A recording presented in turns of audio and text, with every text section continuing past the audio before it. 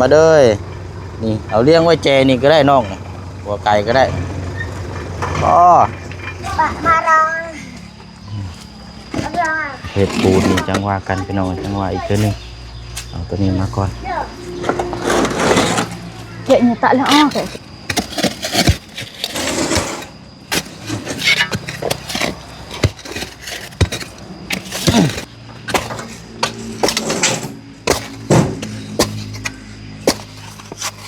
อะไรตัดตามดินนี่ไป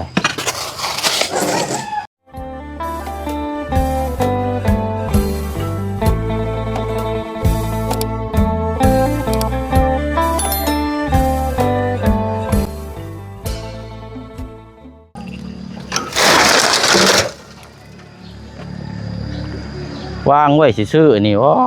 โธ่ดีแต่ว่ากันคือเด็กน้อยมายืนแค่นี่พอแห้งแล้วนี่เนาะโอ้โธ่เจ็บอีกแล้วโอ้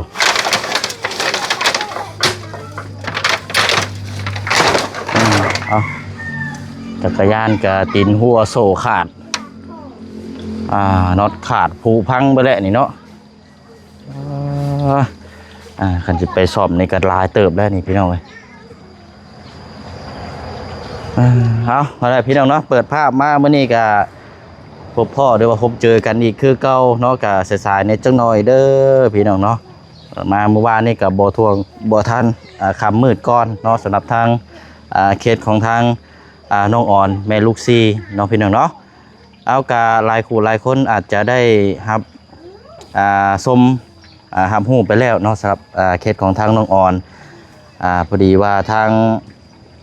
ผู้ใหญ่ใจบุญเนาะหรือว่าทางเมแก้วกับทางเอเจนก็ได้นี่แหละพี่น้องเนาะจะสดซอยหรือว่าเฮ็ดห้องครัวให้ทางน้องอ่อนเนาะให้จนแล้วจนเสร็จสิ้นสำเร็จพุ่นแหละพี่น้องเนาะทางเอ๋ยกับแม่เพิ่นก็สิสดซอยมื้อนี้ก็เฮาก็จะมาพูดมาคุยน้ำกันเนาะกับข้างหลังของทางโมเสียงนี่ก็เป็นตอคามสิให้ทางนี่แหละพี่น้อยให้ทางน้องอ่อนไปบอกทางอ้ายเพิ่นอยู่บ้านใกล้นี่แหละให้เรามาขุดแล้วก็ให้เรามาตัดออกถ้าว่าจูดเผานี่ก็สิใช้เวลาเนาะพี่น้องเนาะว่ามันจังมือมันสิไหม้เพราะว่าตอไม้นี่มันเป็นตอไม้ยังดิบอยู่เนาะพี่น้องเนาะเอาเดี๋ยวมาพูดมาคุยน้ำกันเด้อพี่น้องเด้อเนาะสำหรับทางเขตของทางน้องอ่อนนี่แหละพี่น้องเนาะกับสบายดีและสวัสดีพ่อแม่พี่น้องเบิร์ดสุขุสุคนนะพี่น้องเด้อเนาะพบเจอกันอีกคือเก่าเนาะมื้อนี้ก็เป็นมื้อวันที่23แล้วเนาะวันเวลานี่แป๊บเดียวเนาะพี่น้องเนาะมื้อต่อมื้อวันต่อวันเดือนต่อเดือนนี่เอากาหันแล้วพี่น้องเนาะผู้ดีมาแต่ห้านสร้างอุปกรณ์ก่อสร้างแล้วพี่น้องเอ้ยเบิดไป7 ล้านปลายเกือบ8 ล้านเนาะเกือบ8 ล้านพี่น้องเอ้ยป้าเท่าที่จำเลขกันนี่7,950,000 กีบบ่เชียงสร้างนี่จะมีดินบล็อกเนาะดินบล็อกมาเพิ่มอีกอยู่นี่มันก็ยังบ่หลายนะพี่น้องดินบล็อก400 ก้อนแล้วก็เป็นประเภทไม้เส้น5 คูณ 10นี่5กับไม้48นี่ก็5กับไม้พาเชล่านี่เฮ็ดเป็นลมนี่ก็5แล้วก็ไม้แป้นปูก็5คือกันเนาะแล้วก็บงกบประตูนะไอ้บานประตูเวลาเข้าพื้นครัวเราแหละพี่น้อยกับเสาเนาะเสาตัวนี้แหละหน้า12ยาว3 เมตร2 เมตร 50นะบ่มีเบิดไปเกือบ8 ล้านพี่น้อยโอ้น้อยเดียวนึงกะเนาะเดี๋ยวเบิ่งรอซุ่มรอซุ่มน้ำกันเนาะพี่น้องเนาะว่านี่เนี่ยกัดพี่น้องเจ็บคออีกเลยเพราะว่าบ่สบายพี่น้องกินน้ำกับน้ำเย็นนี่กับเจ็บคอใช่ล่ะทางน้องอ่อนน่าหรอปะพี่น้องเนาะฝากพี่ฝากน้องติดตามเบิ่งน้ำกันนะพี่น้องเด้อเนาะครัว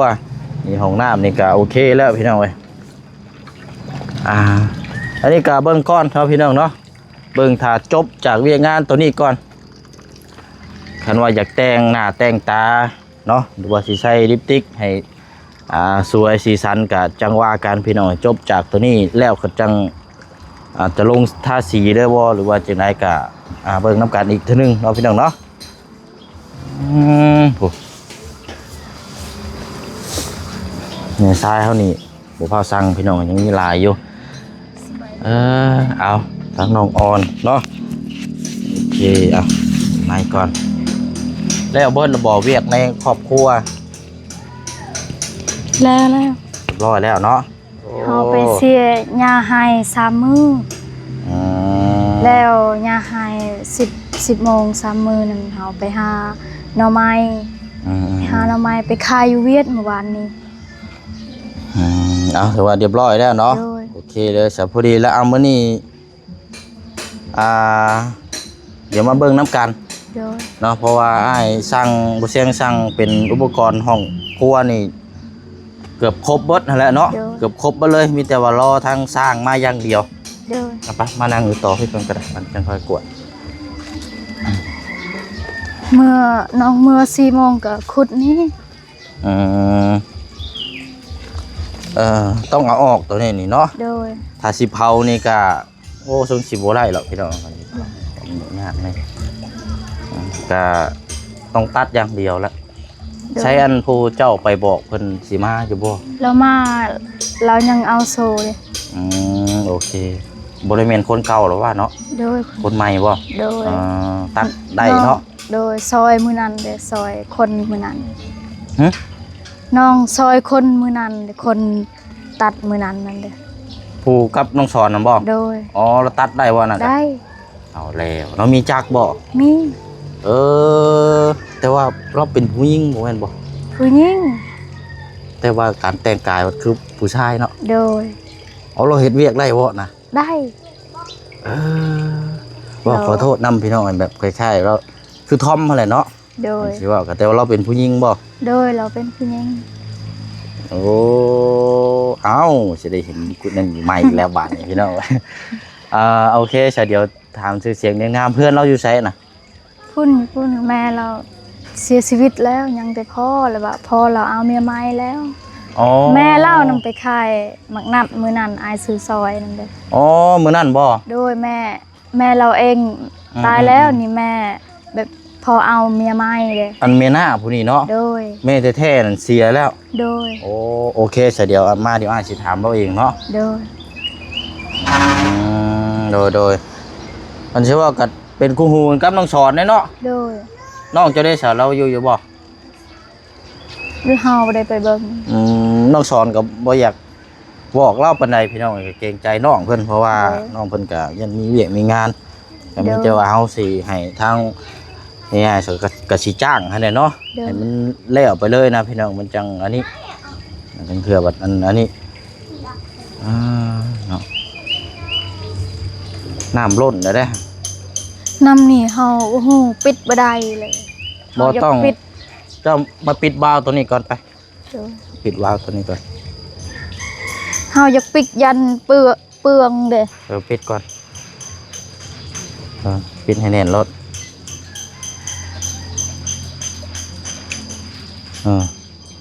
เพราะว่าเขาเจ้าตั้งหัวก๊อกนั่นแบบให้มันไหลตลอดเด้ตัวนี้นะปิดไว้ก่อนก็ได้เอาเดี๋ยวรอเนาะอันน่ะคันว่ามาบ่ท่วงบ่ทันก็ดินบล็อกให้กับเจ้าลงอยู่นี่ก็ได้น้องเด้ออยู่ตะหน้านี่ก็ได้เพราะว่าบางเทื่อสร้างขึ้นมาเพิ่นจะจับนี่ดินบล็อกเสาให้ลงนี่บ่เลยก็ได้เป็นประเภทไม้เอาไว้ในตารางเฮือนก็ได้หรือว่าไม่เส้นเอาไว้เรียงๆไว้นี่ก็ได้แต่ว่าอันบงกบกับบานนั่นเอาเข้าไว้ในเฮือนก็ได้เด้อนี่เพราะว่ายันพาฝนตกลงมามันสิแตกมันสิผุสิพังกับประเภทเสานี่ให้ต้องเลี้ยงไว้แถวนี้แหละเนาะเดี๋ยวหน่อยบานย่างไปพูดก่อนก็ได้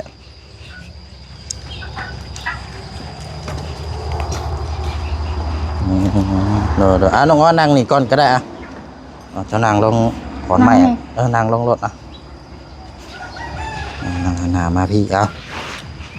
เอากะให้เนาะห่างหายกันไป2-3 มื้อ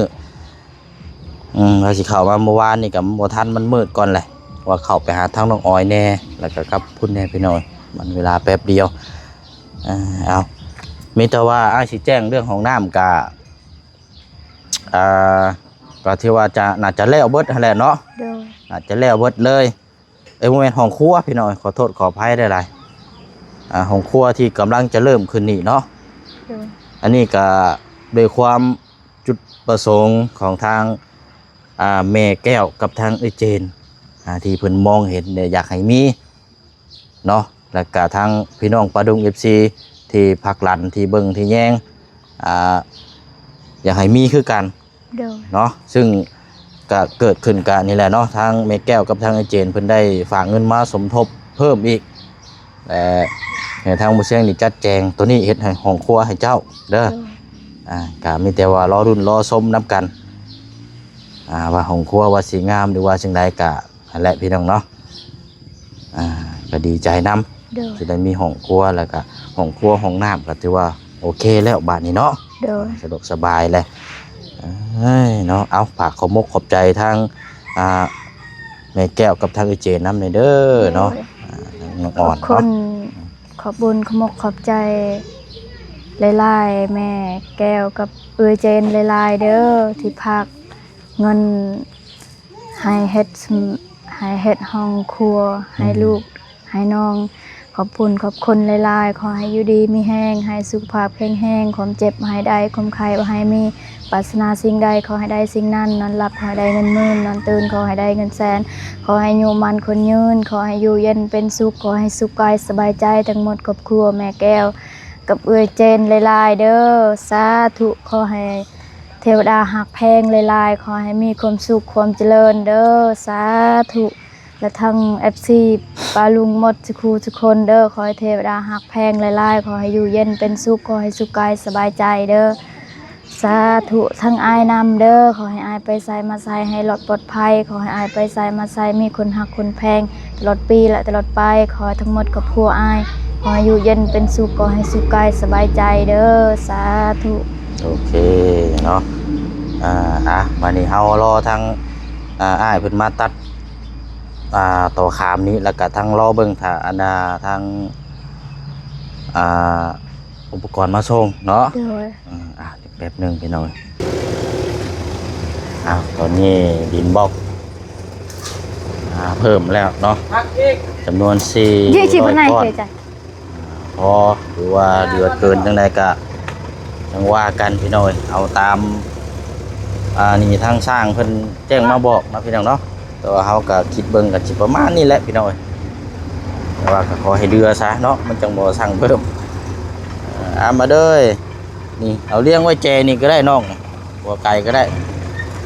เอาได้ละน้องไปเอานั่นจกกับชวดน้องเลยเอามาไว้พี่แหละ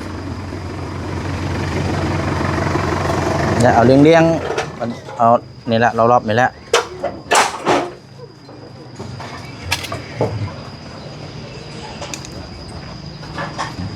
นั่นแหละเพราะว่าเป็นพวกไม้เส้นไม้ยังก็เอาเขาไว้เรียบๆนี่เบิดเลยก็ได้มันจังสบายชมเจ้าเพื่อนระวังเด้อ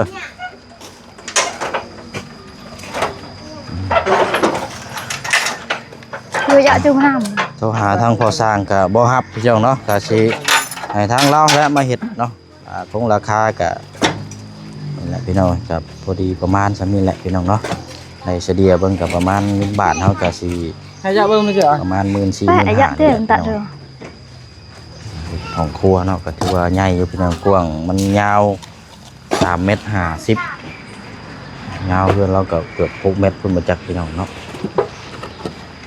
เอาใจหรือปลาหอดตัวปลาเลย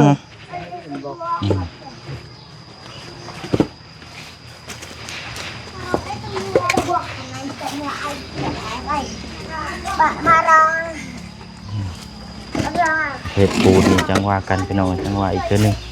เอาตัวนี้มาก่อนเดี๋ยวตะแล้วkayakจุดเรามาแล้วบ่น้องมันนั่นน่ะ เรามาแหละยังเราเอายัง หรือว่าอันนั้นบอกเขาถ่ายน้องสอนบ่ โดยยันเราทาน้องเขาแหละเดิน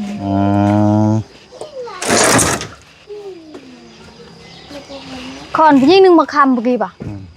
ปากโรมยี่ป่ะเดินแล้วป่ะนาย ไป เลย เบิ่งอยู่ลูกไป ป่ะ อันไปเอิ้นมาไปอันเดี๋ยวบ่เชียงสิคุยหน้าเวียกก่อนแล้วจังให้เพิ่นเฮ็ดอันนี้มันก็บ่น้อยได้พี่น้องเพื่อสิขุดเพื่อสิตัดนี่ก็โอ้ ป่ะ เออ ป่ะมาตอน เวลาอยู่ได้ นี่เมื่อกี้ป่ะเดินได้ไหมป่ะพี่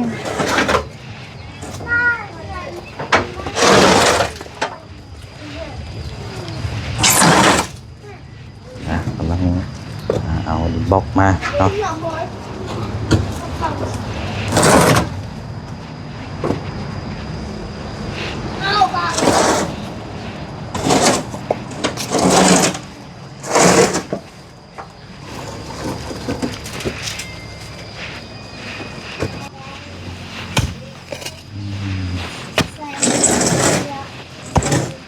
โอเคเนาะเดี๋ยวจะได้ให้ทางน้องๆเพิ่นซุ่มต่อนี่แหละมันนี่พี่น้อยนี่แหละเอาก่อน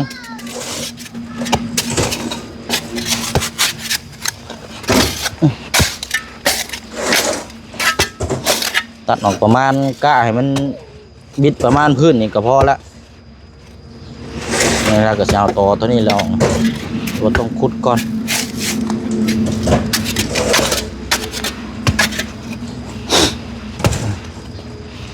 เขาเนี่ยบ่ได้แล้วมันง่ายพอพี่น้อง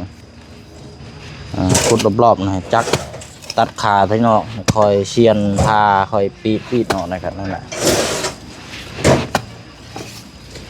จักเขาเนี่ยก็สีบ่หึงแล้ว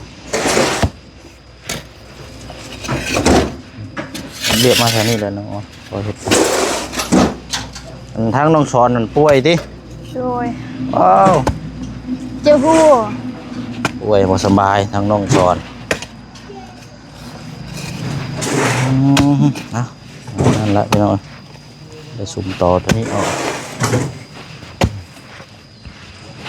เราไม่กล้า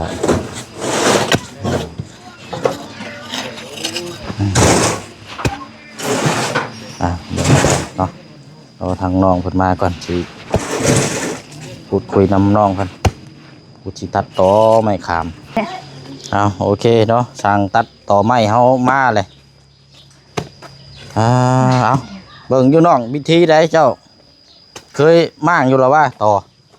เคยม่างอยู่ดอกเนาะ เหมือนไอ้นัว เอาให้มันกะมันต่ำกว่าจากระดับตัวถึงนะเพราะว่าหนึ่งมานี่ยันเวลาเอาเทพื้นยังมันเห็นตอนะก็เลยสิตัดเนาะ อ่ะเนื้อเมียนจริงมาเหนื่อยเ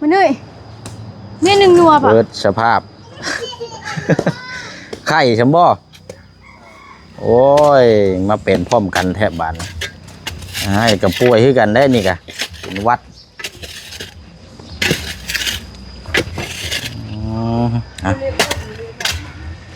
ปืน บินนี่คันว่าอันกระเจ้าเอามาก็นั่นก็เก็บไว้ให้อ้ายเด้อน้องอ่อนเด้อบินกระเจ้ามาส่งเครื่องเด้อ โดย คันว่าอ้ายมาอยู่บ่ทันนะใช่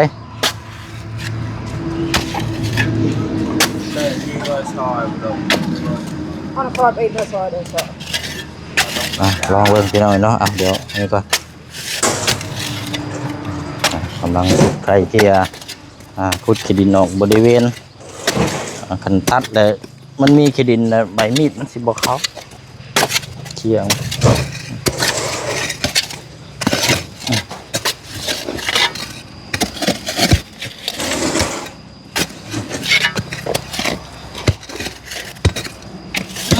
นี่ใช่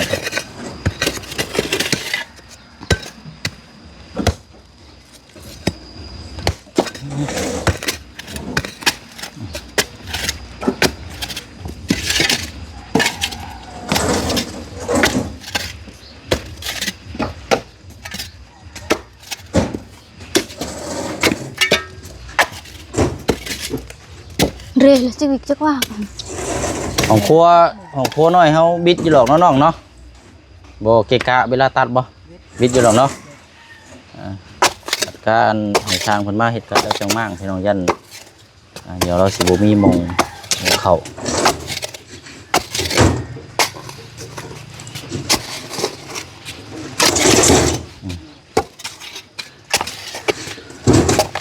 มันจะใหญ่แห้งเนาะตัวขามมันนี่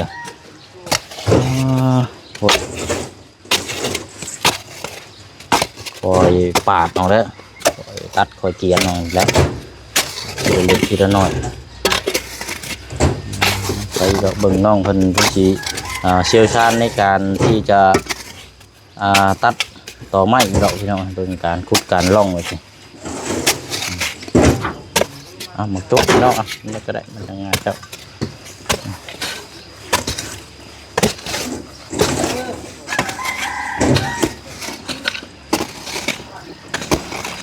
ลาได้นี่พี่น้องนั่นแหละไอเลียมเนาะอ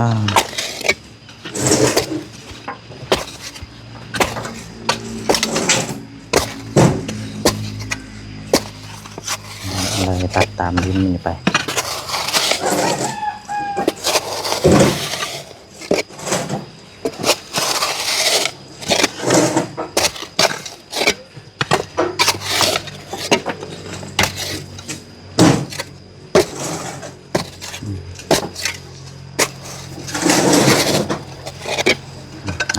คอยขุดคอยลำเลียงไปนี่ครับเนาะดินบล็อกเกือบเรียนเตะปีกับเรียนบนดงครัวแต่จ้าหนึ่งเล็กน้อยก่อนอันคอนใช่น้องคอนอยู่ว่าน้องคอนน่ะเอาน้องใช่ชาพูนั่นนะคือยังเกาะอีกน้องแล้วนะทอนมาต้อน